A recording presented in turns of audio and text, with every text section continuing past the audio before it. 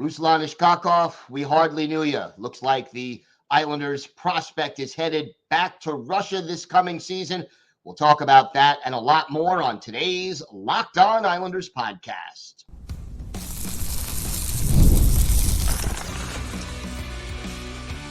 Your Locked On Islanders, your daily podcast on the New York Islanders. Part of the Locked On Podcast Network, your team every day. Welcome, everybody, to the Friday edition of the Locked On Islanders podcast, part of the Locked On Podcast Network, your team every day. I want to thank everyone who makes Locked On Islanders your first listen every day. Don't forget to subscribe on YouTube or wherever you get your podcasts so you can get new episodes as soon as they drop. Today's episode is brought to you by Game Time. Download the Game Time app, create an account, and use code LOCKEDONNHL for $20 off your first purchase. Terms apply.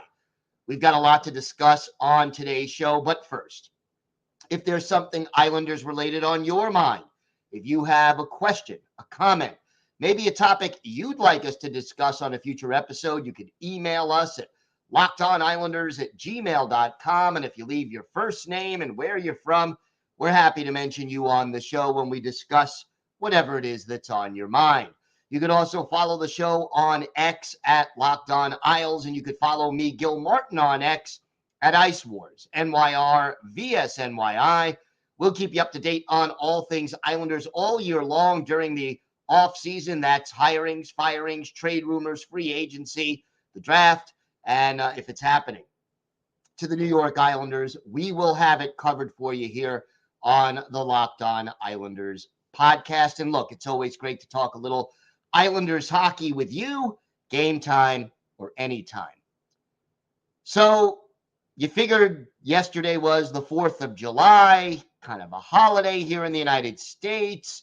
Not going to be a lot of news. Well, there was a little news. And for a lot of Islander fans, they're going to be disappointed. Not confirmed just yet, but a reliable hockey website emanating from Russia reports that Islanders prospect Ruslan Iskakov has signed a deal to return to Russia and will play in the KHL this coming season. And, well, that means he will not be with the Islanders organization. He is supposedly signing a deal with CSKA Moscow for next season. Now, the Islanders did offer a qualifying offer to Iskakov, but, and we've been talking about this everydayers know for quite some time, Iskakov more or less didn't feel like he would get a good chance here with the New York Islanders to play in the NHL. And look, if I'm him, I get it. There's no incentive right now for him to come back and spend another year in Bridgeport. He's got nothing left to prove in Bridgeport. Last 2 years, he was an AHL All Star, clearly the best offensive player on a struggling Bridgeport team. This past year, in 69 games, he had 18 goals and 50 assists. He was a minus 18 plus minus, but again, that's more of a team stat than an individual stat. And he really, at times, put on a show, especially during shootouts where Iskakov could really make some dynamic moves and some highlight reel goals. Here's the takeaway with this. If I'm Ruslan Iskakov, I have nothing left to prove in Bridgeport. So either I'm going to play for the New York Islanders, demand a trade, or I'm going back home to Russia. He's a native of Moscow. He's going to go back home. He'll make more money, I'm sure, there than he would playing in the AHL. I think he had discussions with Lou Lamoriello and probably did the math, he and his agent, and realized, hey, I am not guaranteed a spot on the NHL roster. He is going to be 24 years old later this month. He, in 2.5 weeks, Iskakov is 24. He's not a prospect anymore. He is in his prime. And you sort of wonder if the Islanders feel he's too small at 5'8", $170 to play in the NHL. Why'd you draft him in the second round? Now, okay, maybe you thought his game would develop differently when you selected him in 2018, which is already, believe it or not, 6 years ago. But, you know, they made him the qualifying offer. He did the math, ends up heading back. His career numbers with the Islanders, 1 game played, that was the regular season finale this year, a game that meant nothing in the standings. He did have an assist, and then 1 playoff game where he did not score. I think he played maybe 5 or 6 minutes in those games, and that's it. And I think I look at it in 2 ways. I don't blame Iskakov for wanting to go back to Russia, given his options and given the way the Islanders handled his career. If he's at this point not going to get a chance, with the big club, time to move on. But from an Islanders perspective, here's my problem. How many guys have we seen this team struggle with as far as draft and develop? Oliver Wahlstrom comes to mind immediately. Wally. I think it's part of the way the Islanders approach things. They get their draft picks to a certain point where, they've done everything they can do in college or the AHL. And then it's really either you go to the NHL or you don't. You got to move on to somewhere. When these guys do get a chance in the NHL, so often we have seen players who, if they make a mistake, they sat on the bench. And the frustrating thing about that is not that you don't want accountability. If anything, we want more accountability in this organization. But the point is, veterans who make the same mistakes or even more mistakes than the young guys seem to get chance after chance after chance. And sometimes in hockey, you got to let your guys learn from their mistakes and still go out there and play in the lineup in order to get them to reach their potential. So, yeah, maybe it doesn't go so well in game 8 or 18 or 38 of the season. But if you keep sending the guy out there and he develops and he learns and he grows as an NHL player, down the road, you're in much better shape. You're in a better position. The player matures and grows and learns. And, here's an Islanders franchise. How many players have we seen sort of get to a certain level and then not be able to finish? I'll go back as far as 2015. Parker Wotherspoon played only a handful of games with the Islanders. Ends up being a solid contributor for Boston this year after he leaves. Kiefer Bellows, first-round pick. Never really blossomed. You draft him, you got to develop him. You got to coach him. You got to get him to the next level. Never really cracked the Islanders lineup consistently. Gone. Robin Salo, former second-round pick. Played in 32 career NHL games. Not much else. We've talked so many times about Oliver Wahlstrom, former first-round pick. Never made it. Last year, Samuel Bolduc. right now, he's stalled. He isn't playing with confidence. Okay. But now you're in a situation with Bolduc. You're not sending him down to the AHL. He's got nothing to prove there.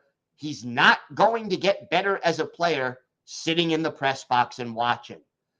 And look, I'm not saying that the Islanders missed out on Ruslan Iskhakov, that he is the next great goal scorer. Most scouts don't think that's what he is. But could he have gotten more than a one-game look by this organization at the NHL level?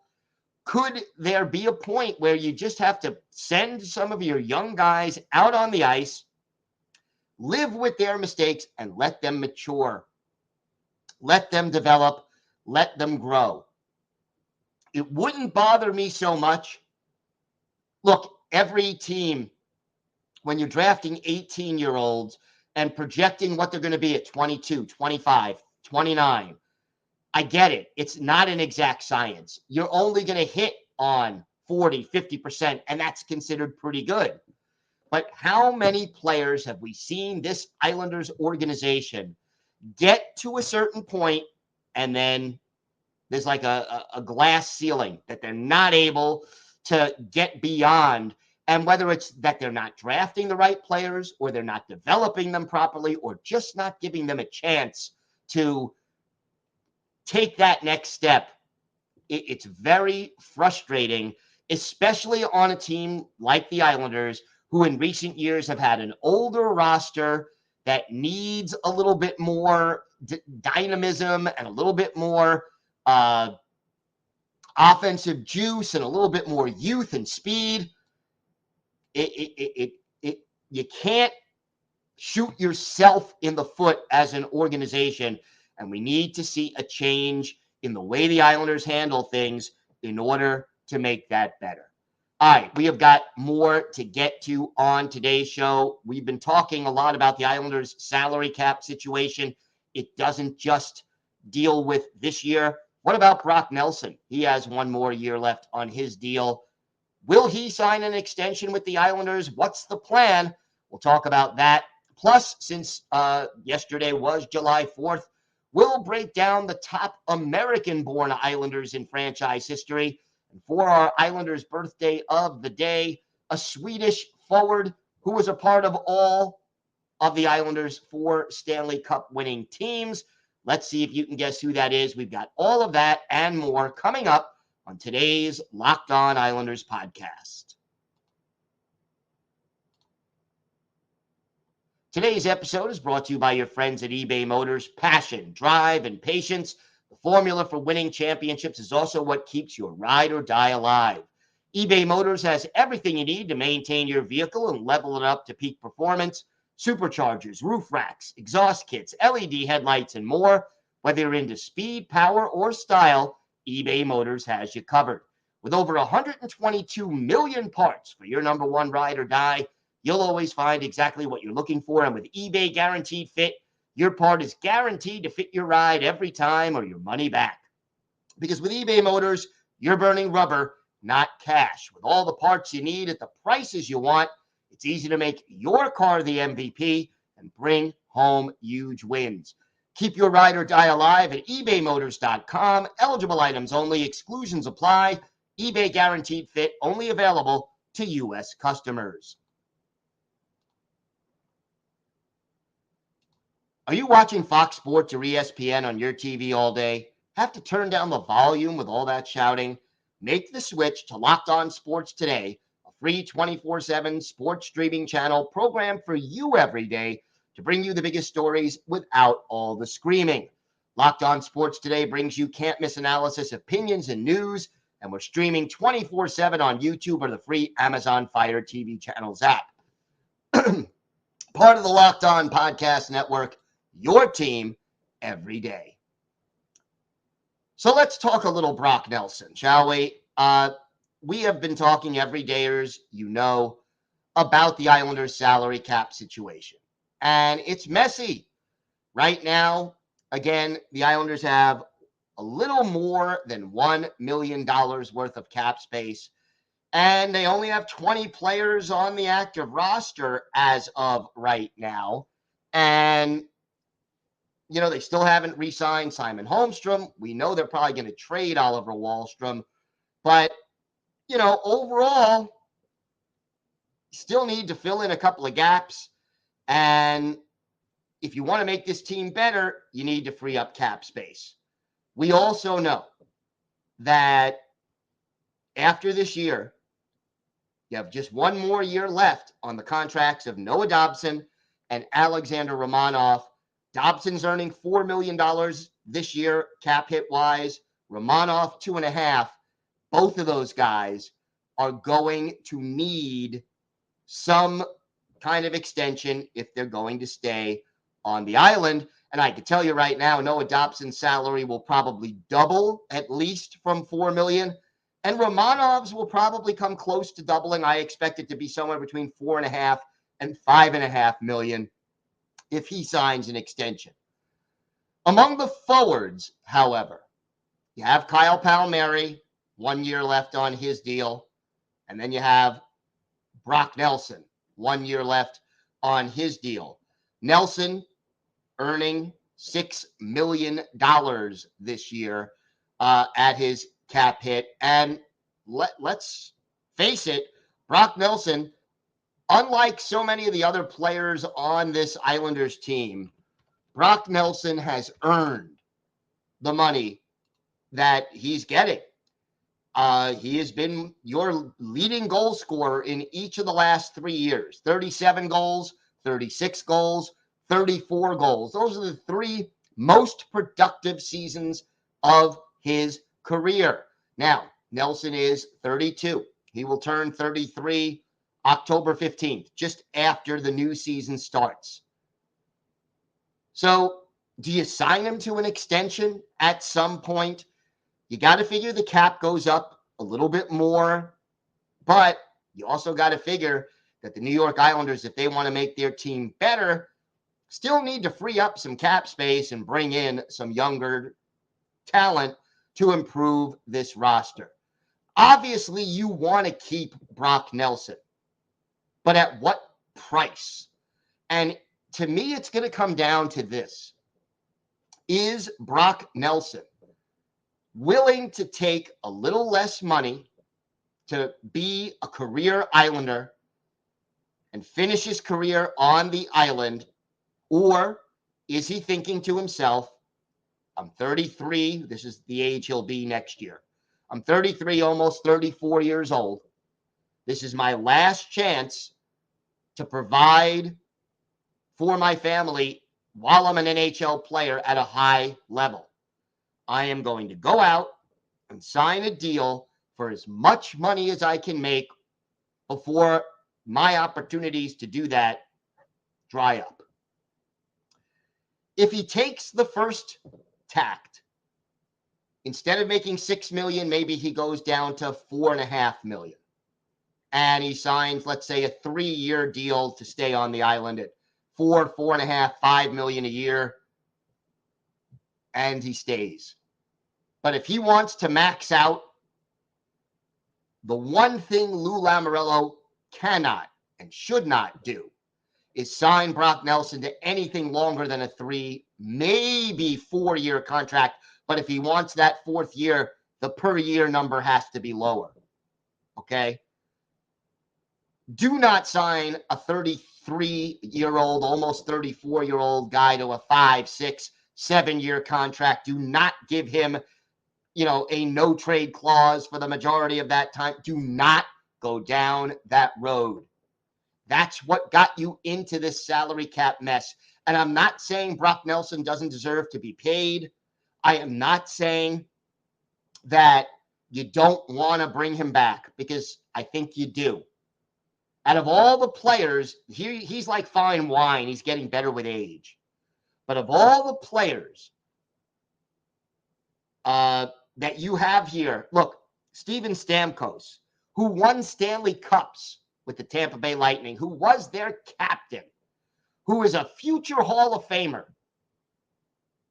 The Tampa Bay Lightning realized at this stage in his career, it does not make sense monetarily to bring back their captain, their face of the franchise, Steven Stamkos, and sign him to a bigger deal. And Stamkos realized, hey, they're not going to pay me what I want. I'm moving on. Is that the most popular move in Tampa Bay? No, I'm sure there are a lot of fans that are unhappy. But is it the right move for Tampa Bay? Probably yes. Look, Brian Trottier did not finish his NHL career with the New York Islanders. Pat LaFontaine did not finish his NHL career. John Tavares. The list goes on. Hall of Fame players. Gordie Howe didn't finish his career with the Red Wings, okay? Phil Esposito did not finish his career with the Boston Bruins. How many teams was, Wayne Gretzky didn't stay an Oiler his whole career. It is always better to give up on a player or to move on from a player a year too soon than a year too late. So if I'm Lou Lamoriello, as much as I want Brock Nelson back, it's got to be on my terms. It's got to be a deal that the team can afford, that fits in, that takes into consideration that, yes, Brock Nelson has been a great Islander. He is a future Islanders Hall of Famer. Not a hockey Hall of Famer, but an Islanders Hall of Famer. And yes, Brock Nelson, we would love to have you stay, but this is what we can afford. This is what you're worth to this team going forward. I may give you a slight bonus, or maybe I'll guarantee you a front office job after you retire if you want to go that route. But we are not going to break the bank for a player who's most likely going to see declining productivity over the length of the contract if it's going to hamper the team. We have heard Lou Lamoriello say he's not going to let loyalty get in the way of winning. How he handles the negotiations with Brock Nelson in particular, and Kyle Palmieri to a lesser extent, sometime between now and next July, is going to tell us a lot about whether or not Lou Lamoriello just says that or if he actually does that. We'll see what happens with Brock. I hope they find a way to keep him at the right price. But again, one step at a time. All right, we have got more to discuss on today's show. We have a look at the top American-born players for the New York Islanders by games played. We'll talk about that, plus our Islanders birthday of the day, all that and more coming up on today's Locked On Islanders podcast.